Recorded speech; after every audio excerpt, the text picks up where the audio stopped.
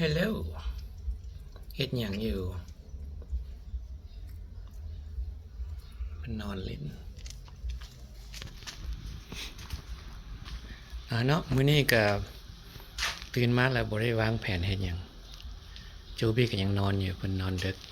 ก็บ่ติเนาะเพิ่นพาไปเที่ยวหลายมื้อแล้วแต่มานี่ไทบ้านดงคำสร้างก็ไปเวียกไปงานเบิดแล้ว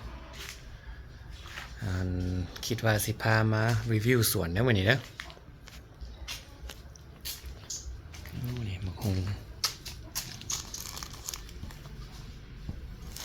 มันใหญ่เลยเป็นตะแซ่บบัวลายก็หลายแมงวันมะกล้ว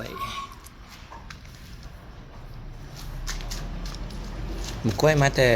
ปักสันพอได้ไหนซีเหมือนกัน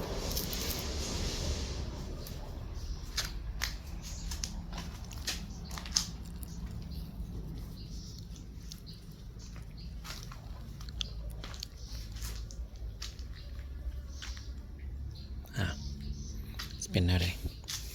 มะกล้วยมาแต่สวนใบเท่าพ่อเท่า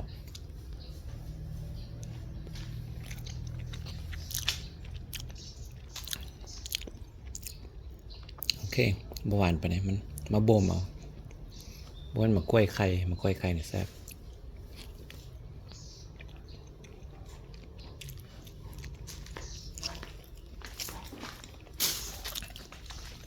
เนาะสภาพอยู่เมืองเราจะหกแนวนี้หน่อยหนึ่งอันนี้หลังบ้านออกมาจากงานครัวนั่นกกหมักเขียบตัวนี้เนาะกกหมักม่วงอันนี้ก็ส่วนพัก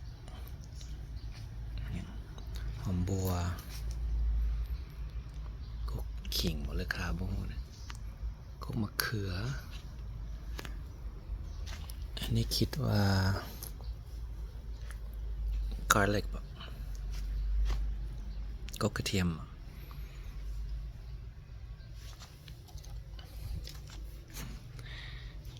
กกอ่อนแม่งผักบ้งเบี้ยหมักฮุงอันนี้มันยังบ่ฮู้เด้อมีกกกล้วย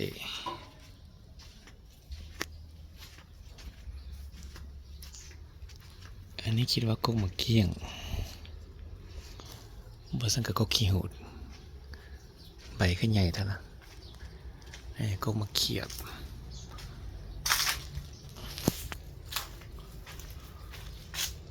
โอ้ขี้หูดแท้นะบ่เป็นหมักนาว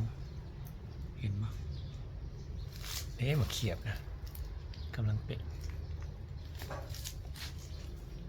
เด้มูไปเห็นดีบ่อยู่น้ำกล้องไว้น้อย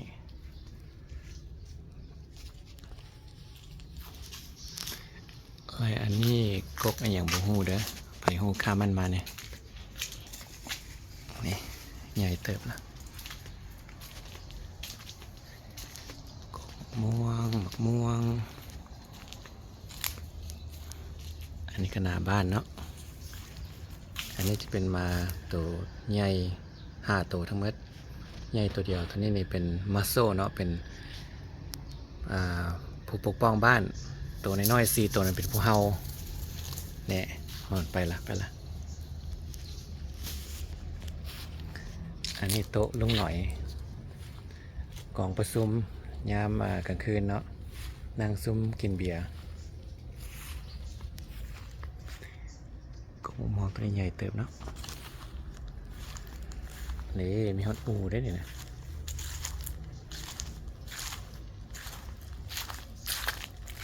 นอนอยู่ด้วยเป็นอะไร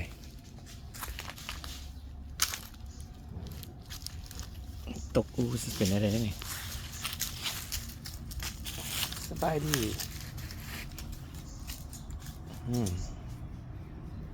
มันคงดีอยู่นี่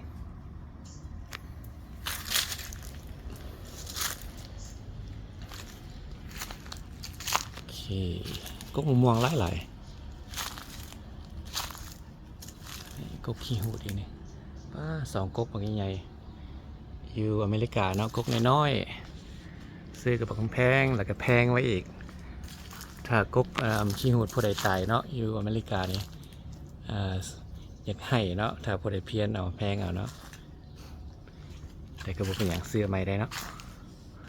ให้กกมาเขียบเองนั้นกกมาเขียบเด็กกหุงน้อยๆนะจอยอันนี้กกอย่างไอปลาเราลืมละเล่นมาหุงแบบงามปุ่นนะกกจะจ้อยต่ำสุดสิแซบกับใบอย่างเพื่อนมาเพื่อเสียให้กินอันนี้บ่หูเด้อสภาพสวนนี่ก็กกมาเขียบเองนะนี่คิดว่าขิงนะโอ้นี่โอ้ว่ามีตัวด้วงมาเก่าละ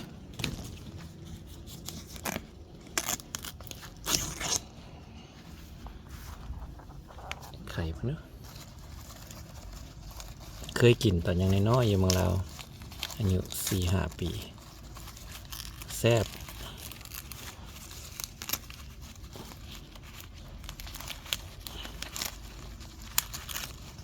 ไม่ได้กินแต่โดนล่ะก็อยากลืมรสชาติมันแล้วเป็นแม่ไปแล้วเนาะนี่บ่มีอย่างเหลือ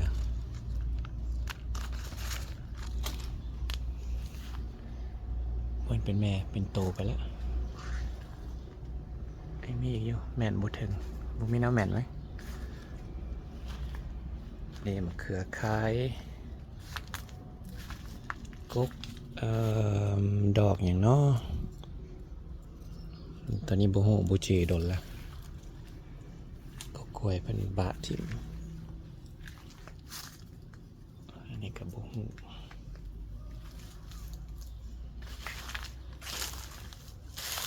ได้กกกาแฟพุ่นนะนี่กกมะขามกกหนึ่งมะลิลี่อยู่นี่อันนี้ก็มองไว้ทุกอย่างผมเป็นมองรีไซเคิลเด้อพี่น้องกองแม่นเนาะแหละจะมาจูดถ้าผู้ใดจูดเนาะแนะนำว่าอยาสูให้ดมเพราะว่ามันเป็นกลิ่นผิดแสดงบุหรี่น้ำสุขภาพถ้าผู้ใดจูดก็ขอให้มันระมัดระวังเนาะอยู่อเมริกาเขาบูจูดนะนี่มีมองทิมเนาะแต่ว่าอยู่เมืองลาวนี่จะเป็นสภาพแนวนี้กาบอมีอย่างที่ว่าผิดกฎหมายมีเนาะผู้ใดกระจูดนี่อันนี้งามนี่ไปใส่โถดอกไม้นี่กกกาแฟกกกาแฟมีหมากน้อยเดียวนะมีบ้านพอเท่าไม่เท่ากับมีนะเอามาแต่อัตเตอร์ตอนปีเลยเนาะ2016 17 16ดาวละครไปอยู่อเมริกาไทย2016กกมะเขือคายนะเฮ็ดยังกินน้องบ่ได้ถามเพิ่นบ่ได้ฮู้ข่าวมันมาได้เด้อเนาะอันนี้หน้าสวนนี่ก็หน้าบ้านกกมะเขียบเนี่ยคิดว่าเกิดตามที่นากินแล้วแล้วทิ่มในมันมาแล้วจะป่งเนาะบ่ได้ปลูกบ่ได้ตั้งใจปลูกหอมลาบบ้างนี่แม่นี่เลยหอมดีกกมะเพชร2-3 กกอ้อมไปทางหลังอีกเนาะจะมีกกมะม่วงอีก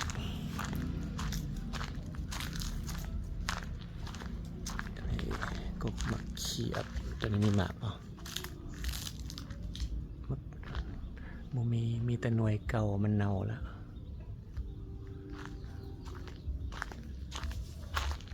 นี่ไม่กัน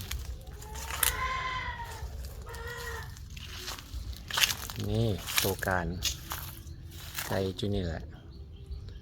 โมงปลุกแต่เช้านะบ่ได้รับบ่ได้นอนถ้าผู้ใดถ้าผู้ใดอีกนอนตื่นแต่สวยเนาะโอ้หอยอย่างนี้โอ้หอยตายแล้วหอยหอมบ่ก็เจ้ากินอยู่บ้านนอกนั่นบ่ฮู้ข้ามันมาได้พี่น้องหอยอย่างนี้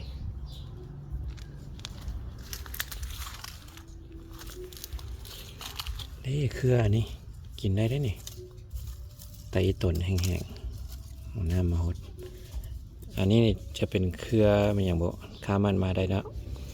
มันจะลามขึ้นนะหัวนี่เป็นคือฟากนะฟากนะสาวดาวละครก็เคยไปเก็บมาใส่เหาะเป็นอย่างกินเพลงขึ้นมาอีกแล้วเพลงนี่จะขึ้นตลอดมันจะเป็นสภาพอยู่พี่กับของธรรมดาโมนี่พอได้ให้อย่างกันเนาะอันนี้อเมริกานี่เปิดเซลน้องนี่เพื่อนข้างบ้านอ๋อเนเบอร์เนาะจะบดีใจ อันนี้รถมูลสาวดาวละครเสื้อให้เพื่อนตอนนั้นเอากันไม่อยู่เมืองลาว2014 2016ก็ได้กลับอเมริกานี่อ้อมมาหลังบ้านที่เก่าก็หมักเฟืองฝรั่งอะไรอย่างเงี้ยล่ะตามจีหน่อยน้อยหน่อยใหญ่ก็มีมูมาเห็นบนน้ำกล้องนี่เต็มก็บุเคยกินได้เนาะมีหน่อยหนึ่งใหญ่นี่เน่านะซิมบ่ได้โมเมนต์ของเขาบุกาปีนเอานี่กลับมาก็มาเขียบข้างหลังคือเก่าเนาะนี่ก็ห้องน้ำโอ้หน่อยนี่ใหญ่เลยเนี่ยนี่ถ่ายเบิ่งดีๆมาเขียบกำลังใหญ่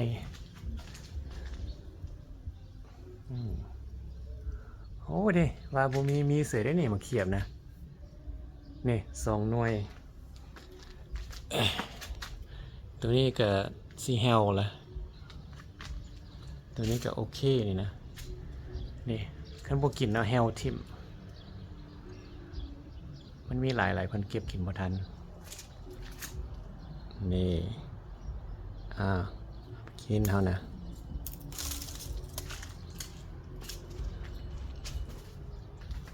นี่อีกหน่อยหนึ่ง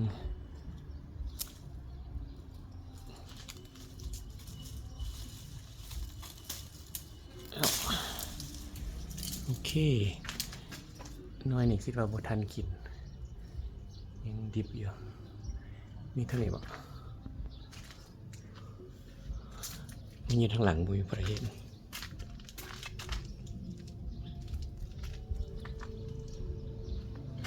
เบิดแล้วโอเคเนาะสิได้รีวิวมาเขียบให้เบิ่งได้หน่อยนะหาจานกัน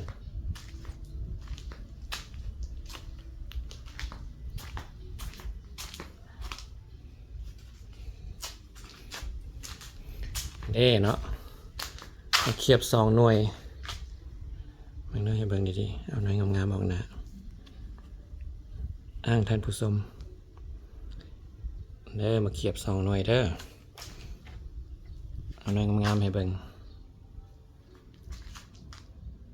เก็บมาแต่สวนอยู่บ้านตรงคำสร้างหาจานก่อนนี่เนาะมาเขียบเฮา2 หน่วยเก็บไว้อยู่ส่วนนี้เลยแมงวันบ่หอมก็มาตอมเนาะมันได้สิหวานสำไหนได้กินอยู่ได้นี่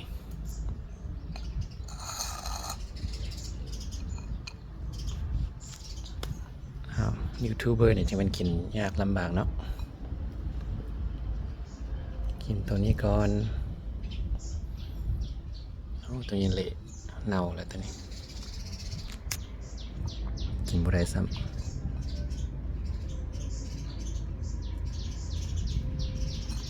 นี้แท้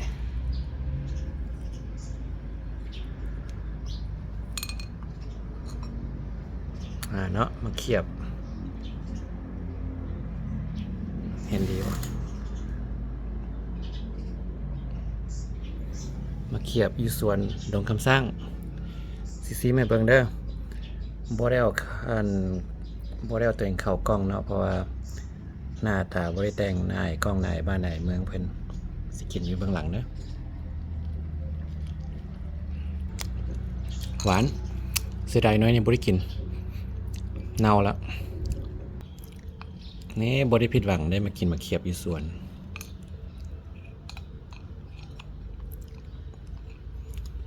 ไผว่าบ่แม่นฤดูเนาะบ่ถึงนี่ตัวนี้แท้นี่ยังเขียวๆเลยนี่นี่น้อยๆเป็นตาแซ่บเลยกันสุกนี่อีกินสดๆมาจากกบเนาะเอาปล่อยหมด